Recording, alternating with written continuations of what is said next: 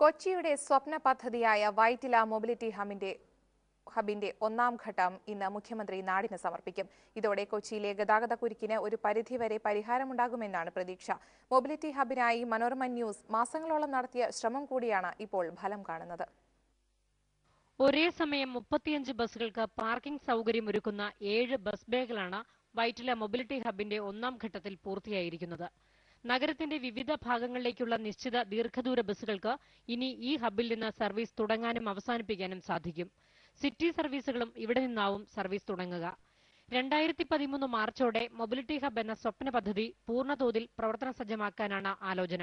ആദ്യഘട്ടത്തിൽ അതിന്റെ പ്രയോജനം ലഭിക്കുന്നതിന് ഈ മൊബിലിറ്റി ഹബ്ബ് സജ്ജമായിട്ടുള്ള സാഹചര്യം കണക്കിലെടുത്തുകൊണ്ടാണ് അതിന്റെ ആദ്യഘട്ട ഉദ്ഘാടനം മുഖ്യമന്ത്രിയും മറ്റ് മന്ത്രിമാരും കേന്ദ്രമന്ത്രിയും ജനനേതാക്കളും ഉദ്യോഗസ്ഥ പ്രമുഖരുമെല്ലാം പങ്കെടുത്തുകൊണ്ട് നടത്താൻ നിശ്ചയിച്ചിട്ടുള്ളത്.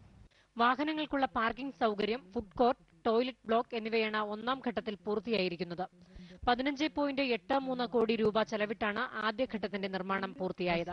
എല്ലാ ബസ്സുകളും ഒറ്റയടിക്ക് കൊണ്ടുവരാതെ നമ്മളത് ഘട്ടം ഘട്ടമായി RTAയുടെ തീരുമാനങ്ങൾക്ക് വിധേയമായി ഓരോ റൂട്ടിനെയായിട്ട് പതുക്കെ കൊണ്ടുവരാനായിട്ടാണ് നമ്മൾ തീരുമാനിച്ചിരിക്കുന്നത്. കാരണം ഇതിനോടൊപ്പം തന്നെ നമുക്ക് വൈറ്റില ജംഗ്ഷന്റെ പ്ലാനിംഗ് കൂടി നടക്കുന്നുണ്ട്.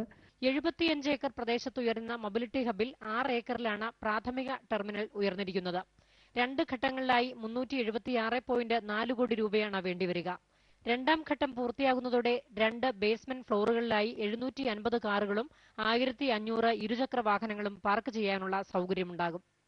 നഗരത്തിന്റെ വിവിധ ഭാഗങ്ങളിലുള്ള സ്വകാര്യ ബസ് സ്റ്റാൻഡുകളും നഗരത്തിരക്കിലേക്ക് നിരങ്ങി നീങ്ങുന്ന KSRTC സർവീസുകളും ഇനി ചിട്ടയോടെ ഇവിടെ ക്രമീകരിക്കും.